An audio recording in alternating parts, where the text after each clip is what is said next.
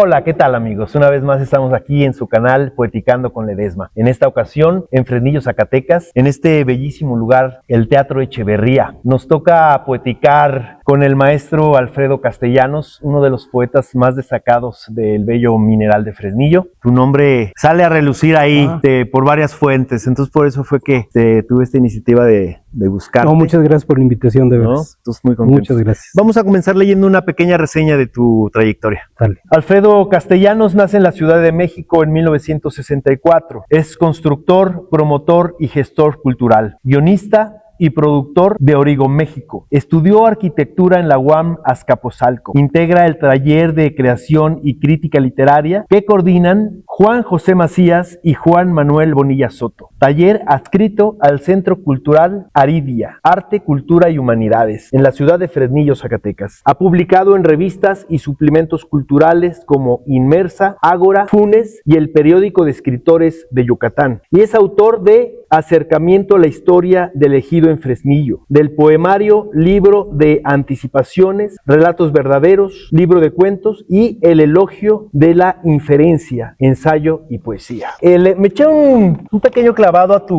obra, Alfredo, y la verdad me quedo muy sorprendido por el nivel conceptual que manejas. Se ve detrás un trabajo, sobre todo mucha lectura, mucha filosofía, temas duros, temas elevados. ¿A qué edad empezaste a escribir? ¿Cómo fue tu proceso? ¿Cómo te interesaste por la literatura? Fíjate que de niño yo soñaba, te hablo de 11 años. ¿Sí? Yo soñaba con tener en casa una enciclopedia, que no había. Entonces, cuando me descubrí en la búsqueda de la consecución de esa enciclopedia, me di cuenta que me gustaba leer. Después tuve la oportunidad de trabajar en una bolería, shineando zapatos.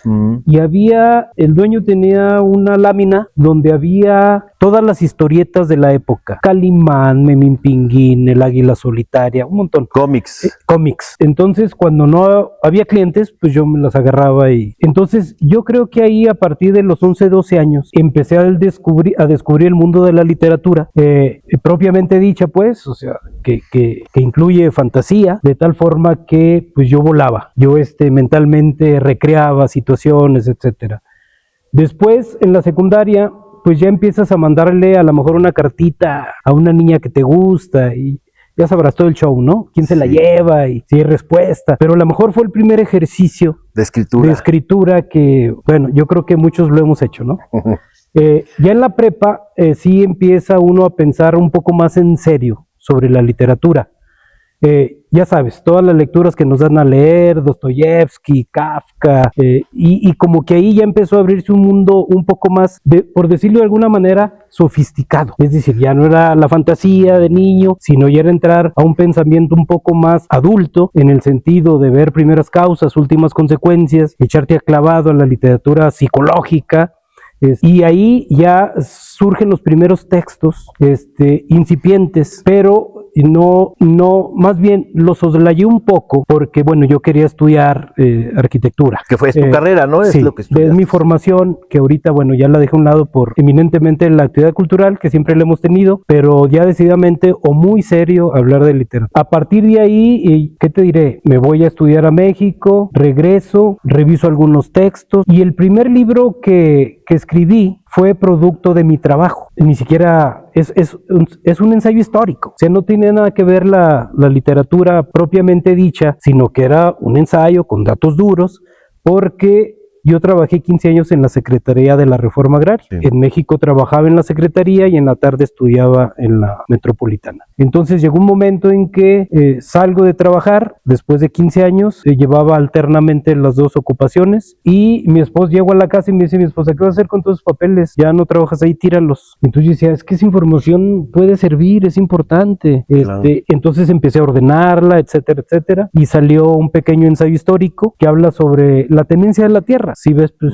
aquí en la región hago un viaje desde época de la conquista, la tenencia de la tierra, cómo estaba en España, bla, bla, bla, bla, hasta llegar a la tenencia de la tierra aquí. No estaba, sale, me atiende una mujer muy amablemente, me dice que no estaba, pero que había alguien que podía atenderme. Entonces sale alguien que estuvo conmigo en la preparatoria y que se sorprende al verme ahí y dice, ¿qué andas haciendo aquí? Dije, pues fíjate que traigo unos textos. Bueno, ese hombre era Juan José Macías, que pasa a ser mi maestro de literatura en diversos talleres. Ok.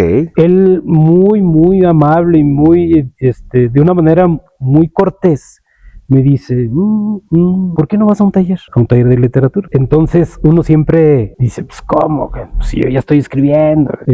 Y no, yo ahorita me daría mucha pena enseñar esos primeros textos. Yo digo, qué atrevido fui de ir con el maestro Juan José Macías y no buscándolo a él, sino a San Pedro. Ajá, me da mucha pena, todavía me sonrojo porque, pues qué atrevimiento. ¿Eso fue en dónde? En Zacatecas. En Zacatecas. Tuve que ir a Zacatecas porque San Pedro tiene una revista, todavía existe, que se llama Dos Filos, de presencia nacional, y alguien me dijo, pues ve ahí atienden a escritores, poetas.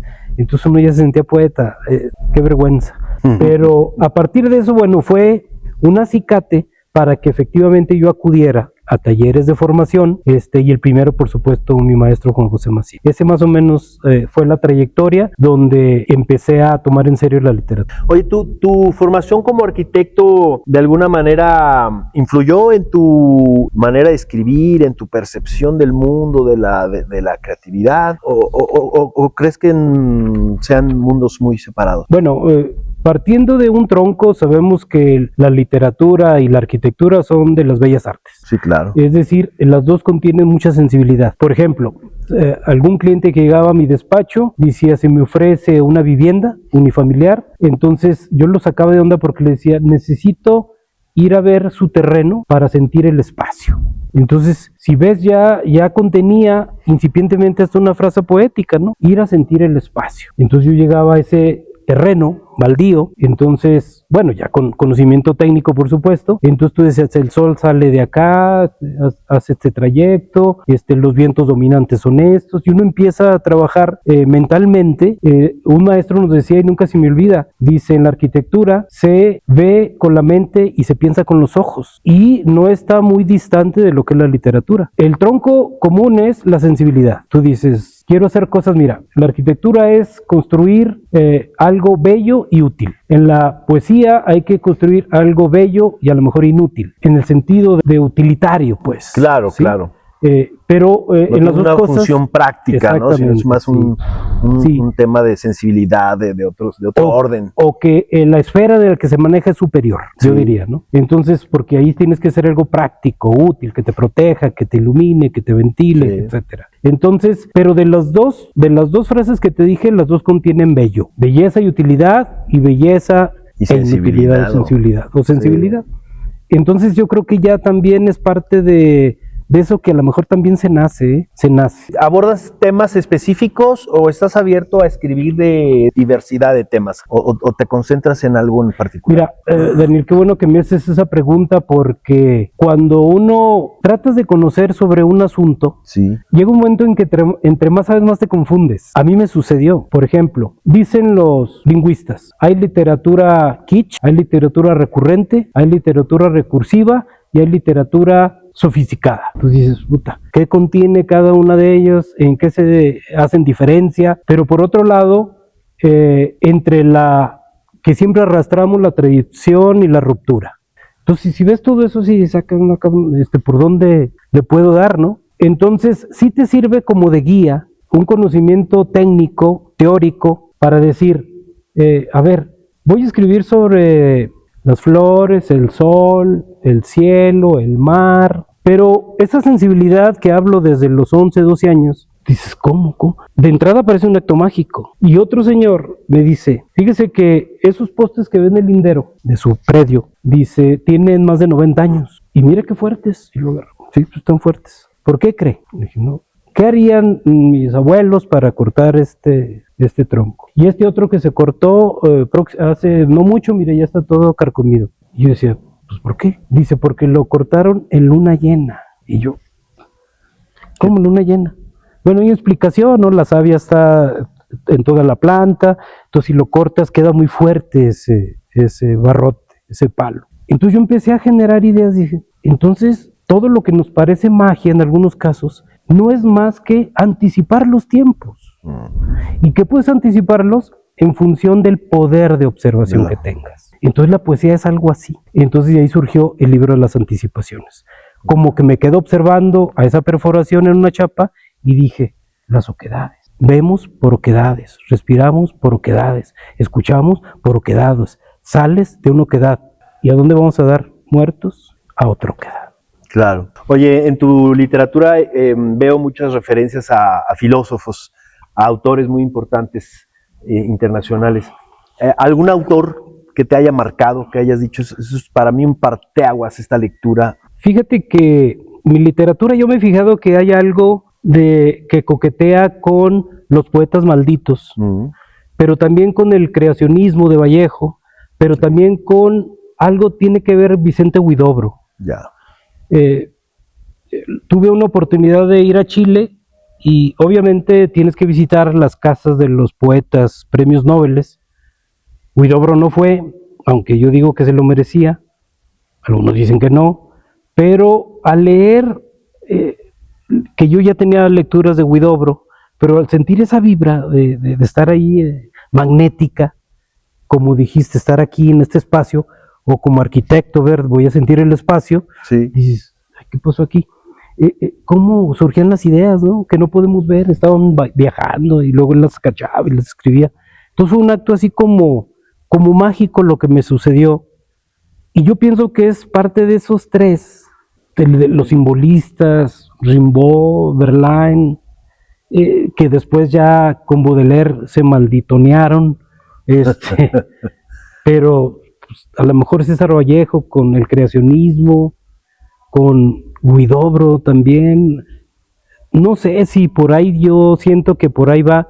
Hay varios. Porque ahí donde escribo tengo unas fotos de algunos escritores y les digo en la noche o en la madrugada que me paro a leer, escribir, les digo, venga, ayúdenme, díganme.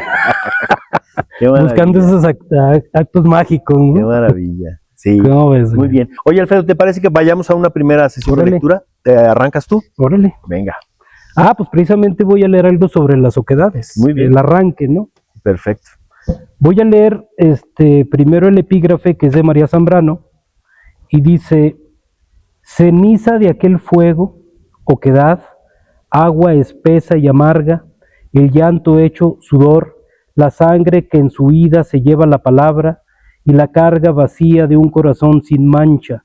De verdad, es que hay la nada, y que no lo recuerdes, era tu gloria. De María Zambrano. Bien. Este texto está compuesto de 5 momentos y voy a leer el primero. Muy bien. Dice: la oquedad primigenia es concreta, la ausencia en ese vacío es el umbral del todo, y existe tanto que la vida se encuentra en estado latente, permanece encerrada y concentrada, es el ómpalos dador cósmico común. En esa densidad se encapsula el movimiento que se inicia por el querer polarizado y potenciado. Una fuerza quiere salir y otra permanecer. Así la vida gira y burla el azar, y en esa rotación violenta lo estático y perfora la frontera del epidermis como límite para lograrse. Su rotación es de izquierda a derecha para generar y de derecha a izquierda para ofertar. Esos vórtices nacen llenándose, se vacían y mueren. Comienzan al encontrar el equilibrio circular y esférico.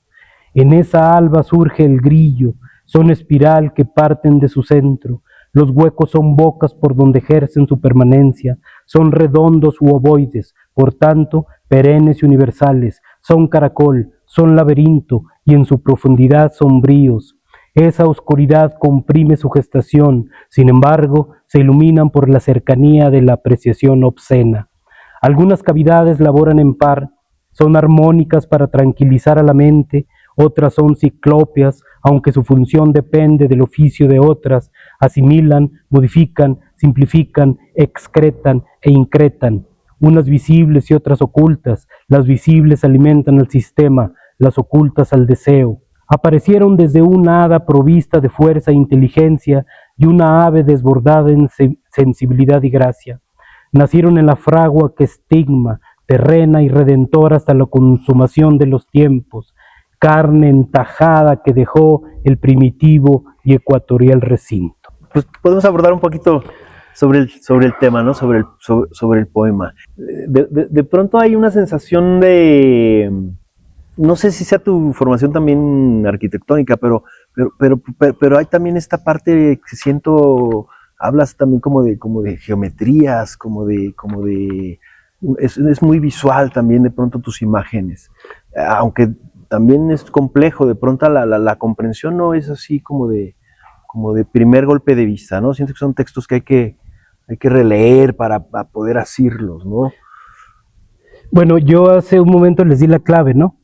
Pero dentro de el desarrollo de ese texto en prosa poética, efectivamente tiene un proceso. Es desde que se concibe a alguien o algo, pero en este caso estoy hablando de alguien por separado. Un hombre y una mujer se conciben un producto y después se unen y hay una lucha por encontrar esas oquedades y después hay muerte y se van a las oquedades. Ok. Esa es la idea que no quería nunca decir, pero ya me la sacaste. Porque hay era que necesario, era justo y necesario. Era justo y necesario. No, muy bien. Se presta muchísimo a la reflexión tu literatura, la verdad. Me voy a ir por otro tema. ¿Qué es Origo México y qué te llevó a realizar ese proyecto? Fíjate que Origo México es una pequeña empresa de audio y video. Ok. Junto con un compañero de nombre Carlos Quintanar que estudió cine y que está muy joven. Hicimos una mancuerna en el sentido de que él piensa visualmente y yo pienso en literatura. Sí. Entonces yo hago historias y él las capta mediante la imagen. Entonces es Origo México, nos dedicamos a hacer videos musicales, documentales, etcétera. Digamos es como una compañía productora. Exacto. De alguna manera. Sí, sí, okay. Es una pequeña compañía productora. Escribes, bueno, me acabas de mostrar un libro de una antología de cuentos tuyos. Escribes este texto que yo lo considero más hacia el ensayo, prosa poética y bueno, tenemos esto más poético. ¿Qué otros temas has abordado? ¿Has abordado guión cinematográfico, cortometraje? ¿Qué más has hecho en mira, literatura? Dentro de todos los trabajos que nos llegan, por ejemplo, hicimos un cortometraje un pequeño documental, para un científico que daba clases en la Universidad de Manitoba en Canadá. Obviamente, pues diseño todo el asunto, desde la entrevista, lo más importante, hago el guión, pero en su momento también le da oportunidad a algo elemental en las artes, que se llama azar. Sí. Algunos le llaman accidente y otros le llamamos azar. Y en función de eso, bueno, ya se arma todo el show. Carlos capta imágenes en función de lo que yo propongo, entra a postproducción y sale el producto. ¿Y qué finalidad tienen los productos? ¿Se venden? ¿Se muestran en algún lado? Bueno, en este caso casi todos son por encargo. Okay. Hay un artista que quiere un video, de hecho aquí hicimos un video muy padre en este escenario hace años. El del científico pues nos lo encargaron, ¿no? Y así, es una empresa pues, llegas, sí, pides un servicio y ofrecemos un servicio. Hasta ahora con el cortometraje sí queremos que sea nuestro producto propio, con una propuesta, que esa palabra me cae gorda, pero con algo que se puedan apreciar y criticar y demás. No sé si lo mencioné, pero Alfredo es director del Instituto Municipal de Cultura aquí en Fresnillo. Como funcionario público y como funcionario encaminado en el tema cultural, ¿qué te gustaría dejar como legado para la sociedad fresnillense? Bueno, hay ideas. Es muy, también se oye mal y muy vanidoso que en plena acción tú digas que va a ser legado, no sabemos, ¿no? Lo que sí es cierto es que tengo un compromiso con Fresnillo de toda mi vida y que ahora, dada esta administración, me ha dado la oportunidad de llevar a cabo algunos festivales que yo soñaba. Por ejemplo, acaba de pasar el Festival Cucurrucucú en honor a Tomás Méndez, ¿sí?, que fue un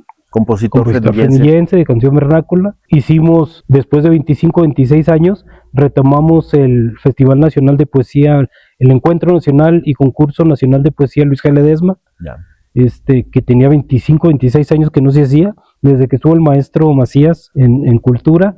lo retomamos con éxito, tuvimos un invitado chileno, un poeta chileno, amigo, y uno quisiera que eso se instituyera, pues, pero está más allá de la voluntad de uno. Claro. Estamos preparando un festival cultural para época de feria, que yo llamo Festival Cultural de la Cosecha. Hablo sobre el origen del teatro, de las fiestas dionisiacas. Después, en diciembre, viene el primer encuentro internacional poncístico, que es sobre la obra y vida de Manuel de Ponce, que fue un autor portentoso de música clásica, que sus piezas son motivo de examen en escuelas y universidades en Europa, etcétera, y así. Y ya, acuérdate que los periodos de gobierno municipales son 3 años. Sí. Quiero hacer la primera Bienal Francisco Goitia, porque Francisco Goitia es de Fresnillo, fue uno de los padres del nacionalismo pictórico, como Ponce en la música, como López Velarde en las letras. Estos dos son de Fresnillo, Ponce y Goitia, y quiero hacer una Bienal internacional que vengan plásticos de varias partes del mundo a un concurso, a Fresnillo. Quiero hacer el primer concurso latinoamericano de fotoperiodismo, porque Pedro Valtierra, uno de los mejores fotoperiodistas del país y de muchas partes del mundo, es de Fresnillo. Entonces quiero que Fresnillo tenga festivales propios, porque hay gente muy valiosa en Fresnillo y quiero que eso se instituya. Y si ves, ya es un legado per se, o sea, no sería mío, sino nada más sería un medio para que se pudieran instituir. Ya para ir cerrando, querido Alfredo, ¿qué le dirías a un joven como a nivel de consejo que se está iniciando en la literatura? Le diría lo que todos dicen, todos nuestros maestros dicen: lee y escribe, lee y escribe, lee y escribe. Si no, escribe quien lee. Entonces es obligado leer para quien quiere escribir. Y de ahí surge la literatura propiamente dicha. Y que se capacite en talleres, de veras, los talleres de formación son muy efectivos, muy efectivos. Recuerda que yo dije, cuando llegué me dice Macías, ve a un taller. Entonces yo dije, si yo ya traigo escritos. No. Los talleres son esenciales, de veras. Las escuelas de literatura. Claro. Vayan. Vamos a entrevistar al maestro Macías el próximo lunes. Me lo saludan. Pues si te parece, vamos cerrando con la última sesión de lectura. Voy a leer un poema del maestro Alfredo Castellanos, de este libro que se llama El mundo es grande y jamás llegarás. Tomo 1. No sé si eso indique que hay otros tomos. El proyecto, este libro está publicado en Chile. Sí. Estos son 4 escritores mexicanos en Chile. El 2 son 4 escritores chilenos en México. Muy bien. Entonces esta es una antología. Acabo de entrevistar a una escritora chilena que va y viene mucho entre Chile y México, Eli Neira, que es además muy, muy destacada, muy reconocida. Pero en este libro escribe Alfredo Castellanos, Juan José Macías, de quien ya hemos estado hablando mucho, que es un poeta muy destacado también, Mónica Muñoz y Alejandro García. El libro que incluye de Alfredo Castellanos aquí se llama Desideratum, y voy a leer el último poema de este poemario, el poema número 20. Hay perros muertos que andan vivos porque se tragaron las pomas doradas fuera de su vigilia. Soy uno de ellos. La fascinación y los bálsamos de las formas me hicieron perro. Lo proscrito se enseñorea en mis sentidos y la herida de la contrición punza en mi costado. La montaña de la voluntad no es mía, el temblor de mis siglos sí. Lo que sale de mi pilastra es un caballo que relincha y corre a todo galope, pero sigo siendo perro. El lábaro escondido en las profundidades externas tiende hacia mis alturas. Soy terrenal. De mi entresijo surge un grito que busca lo objetivo para asaltar el cielo. Doy testimonio de lo que vivo siendo perro. Aún así, advierto a los enardecidos por la autosuficiencia zoológica. Esperaré al rayo que a justicia vestido en cordón argento. No moriré, pues el número de átomos de hidrógeno es muy grande. Seré una criatura que escribe de madrugada porque poseo el único lenguaje que evita la construcción del gigante campanario. Tengo el sentido del tísico porque percibo la lección del sol enojado desde la antigua, lejana Alejandría. Enviaré a los poetas el camino en el que existe sobre una piedra una cabeza semejante a la humana que repite todo lo que escucha. Por último, les diré que no repitan todo lo que escuchen si no quieren ser perros. Tengo que comentar que en los 20 poemas se repite la imagen del perro. La imagen del perro es una y otra vez, se reitera y se reitera y se reitera y genera una sensación muy extraña, Alfredo. Me gustaría que me comentaras qué es ese símbolo del perro, cómo se origina, qué manifiesta en ti. Mira, me estás obligando a darte unas claves. Sí, que yo no quería dar. Por favor. Bien. Son necesarias nuevamente. Sí, hombre. Mira, ha habido perros muy famosos. Te voy a decir 3. Sí. Y mitológicos. El perro de 3 cabezas. Es el cancerbero, ¿no? Cancerbero. El Xolotl Escuincle, que acompañaba a los muertos a pasar los lagos entre el antiguo México. Sí. Mitología que es azteca, será. Sí, precolombina. Y hay un perro que en China esperó su dueño, que ya había muerto en una estación de tren, que digo, esa historia está, híjole, impactante. Sí. Sí te la sabes, ¿no? Sí, la he escuchado. O sea, hasta le hicieron ya ahí un algo al perro. Sí, como un monumentito ahora, ahí, ¿no? Sí. Ahora, en los 70s hubo un texto, que no recuerdo ahorita el autor, ahorita se me fue, que escribió algo que se llamaba Desiderato. Sí. Y que era una serie, bueno, tengo que decir que Desiderato y Desideratum de latín significa deseo. Entonces, en muchas mitologías, el deseo es representado con un perro. Ya. Y ahí es. Y esta imagen del perro siento que tiene también esta dualidad entre lo salvaje, lo violento, lo agresivo, ¿no? De pronto se te viene una jauría de perros y es un terror, ¿no? Sin embargo, es también el mejor amigo del hombre, es esta fidelidad del perro que siempre, ¿no? Sí. Que se alegra cuando ve a su dueño, mueve la cola. Tiene estas dualidades el perro, entonces me llamó mucho la atención ese símbolo. Fíjate que en ese sentido, pues, tenemos seguramente un perro de compañía, ¿no? Noble, leal, amoroso, pero en nuestra psiquis tenemos almacenados o cargamos con un montón de perros bravos y rabiosos, como la rabia. Hace poco vi en las noticias donde alguien mató a alguien y dijo, es que me llené de rabia, como si eso lo exculpara. Claro. Entonces, ahí me doy cuenta, cuando estaba escribiendo esto, de que efectivamente tenemos en la psiquis un montón de deseos o un montón de perros bravos que a veces nos consumen. Sí. Y los textos, esos 20 textos sobre los perros, si ves, hay un perro que apercibe. El rabioso. El maestro Tavira, cuando estábamos todos ansiosos por saber más y conocer más, nos decía, amarren sus Dobermans, ¿no? Amarren sus Dobermans. Es decir, hay muchas llegadas para la figura del perro y todos sus valores en el sentido de compañía, de lealtad, de cariño, de amor, y también su lado oscuro, lunático, que es la defensa por el alimento, la defensa ante el ataque. Un perro guardián en una casa. Un perro guardián, así es.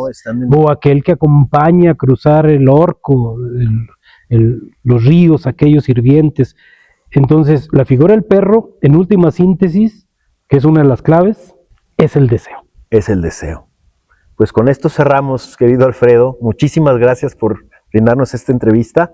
Ojalá haya una segunda oportunidad a futuro de volver a platicar. No, muchas gracias, Daniel. De veras, muy a gusto estar platicando con ustedes. Igualmente. Gracias. Pues este fue un capítulo más de Poeticando con Ledesma. Síganos, suscríbanse, recomiéndonos y muchas gracias.